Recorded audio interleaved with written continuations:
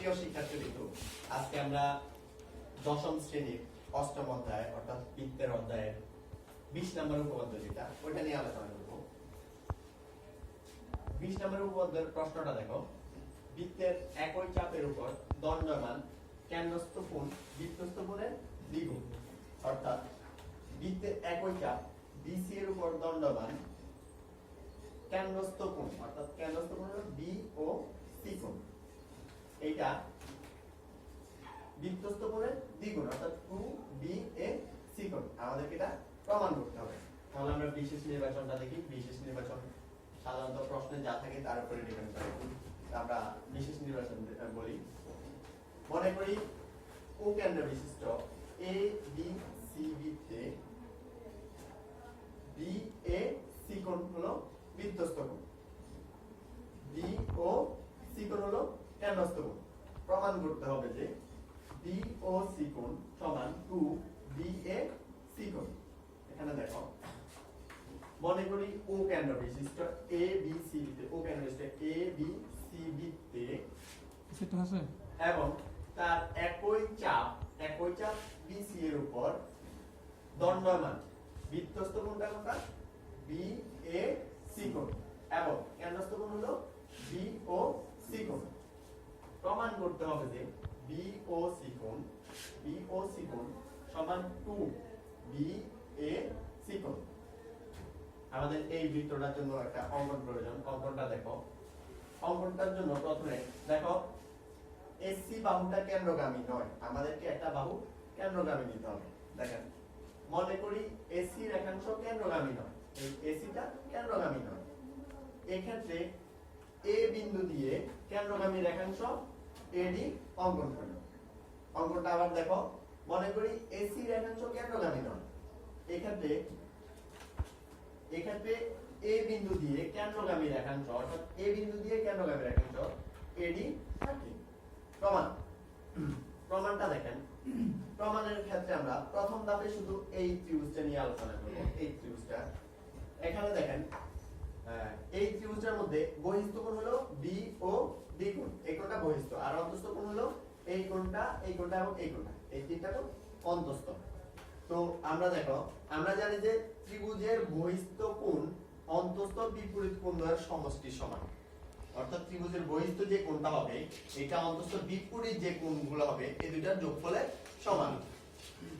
তো দেখেন, A O B এর বহিস্থ কোণ অর্থাৎ A ও B ত্রিভুজের বহিস্থ কোণ B ও D কোণ, এটা হলো বহিস্থ কোণ, সমান B A ও কোণ অর্থাৎ এই কোণ যোগ A ও B কোণ, এই কোণ।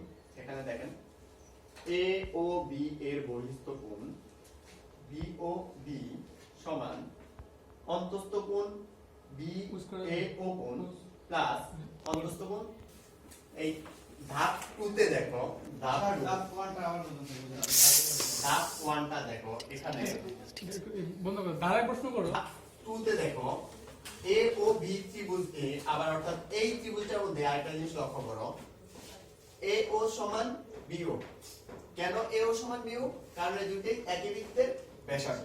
আমরা জানি বৃত্তের ব্যাসার্ধ যতগুলো হবে প্রত্যেকটা সমান হবে। তো এখানে A ও B এই ত্রিভুজের মধ্যে A ও B এই ত্রিভুজে A ও সমান B ও।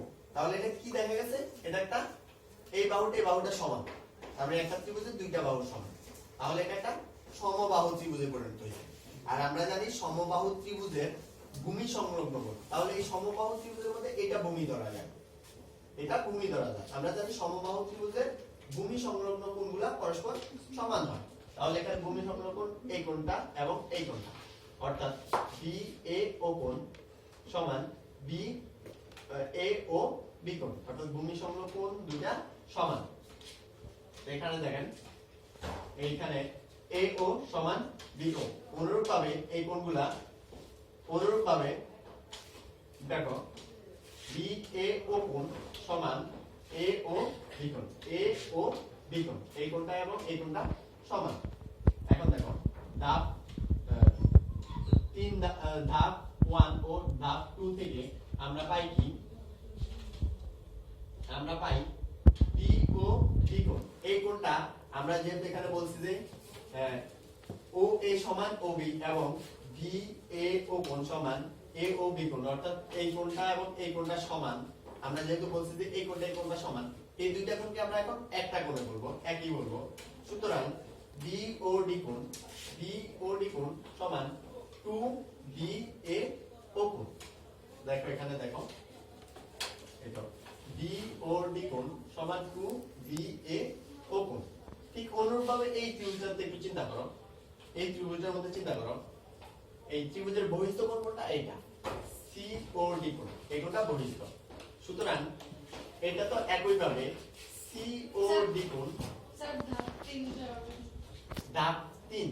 আচ্ছা এখানে ধাপ 3টা দেখো, এই ধাপ 3 আমরা এখানে ধাপ 1 এবং ধাপ 2 থেকে পাই, অর্থাৎ এই বি ও ডি কোণ, অর্থাৎ এই কোণটা এই দুইটা কোণের যোগফলের সমান আমরা বলছি। তো এই দুইটা কোণ যেহেতু আমরা উপরে পাইছি কি সমান, বি এ ও কোণ সমান এ ও বি কোণ, এই দুইটা কোণ আমরা সমান পাইছি। যেহেতু দুইটা সমান, তাহলে আমরা দুইটাকে এখন একটাই বলতে পারি। সুতরাং বি ও ডি কোণ, অর্থাৎ বি ও ডি কোণ সমান 2 বি এ ও কোণ, 2 বি এ ও কোণ। তো অনুরূপভাবে একইভাবে দেখো এই ত্রিভুজের মধ্যে এ ও সি ত্রিভুজে বহিস্থ কোণ কোনটা? এটা, এইটা হলো সি ও ডি কোণ, এটা হলো বহিস্থ কোণ। তো এই বহিস্থ কোণটা অন্তঃস্থ বিপরীত কোণ দুইটার সমষ্টির সমান। অর্থাৎ আমরা যদি ধাপ 3 দেখি, ধাপ 3 এর মতো এখানেও দেখো এ ও সি ত্রিভুজে সি ও ডি কোণ বহিস্থ সমান 2 সি এ ও কোণ। এই তো এখানে দেখো এ ও সি ত্রিভুজ এ সি ও ডি কোণ সমান 2 সি এ ও কোণ। এখন আমরা এগুলাকে যোগ করে নেব, অর্থাৎ ধাপ 3 এবং ধাপ 4 যোগ করে নেব। ধাপ 3 এ দেখো,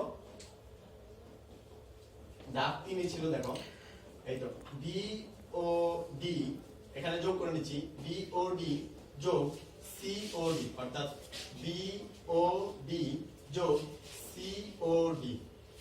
অনুরূপভাবে 2 বি এ ও যোগ 2 সি এ ও, এখানে যোগ করে নিলাম।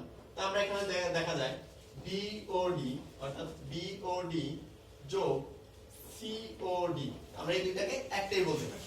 এই দুইটা কোণকে আমরা একটাই কোণ বলতে পারি, যেহেতু এটা যোগ এটা, তো এটাকে আমরা ডাইরেক্ট বলবো বি ও সি কোণ। বি ও ডি যোগ সি ও ডি, এটাকে লিখতে পারি বি ও সি। ঠিক একই ভাবে এখানে দেখো 2 বি এ ও, অর্থাৎ 2 বি এ ও যোগ 2 সি এ ও, 2 সি এ ও, এই দুইটাকে আমরা একটাই বলবো। এই দুইটাকে যদি আমরা একটা বলি তাহলে আমরা বলতে পারি 2 বি এ সি। এই দুইটাকে আমরা একটা বলতে পারি 2 বি এ সি। সুতরাং আমাদের এখানে দেখো মিলে গেল বি ও সি সমান 2 বি এ সি। তোমাদের কারো কোনো সমস্যা আছে? কেউ বুঝতে পারে নাই? বুঝতে পারে না এমন কোনো অংশ আছে? আমাকে বলো, বুঝাই দিচ্ছি।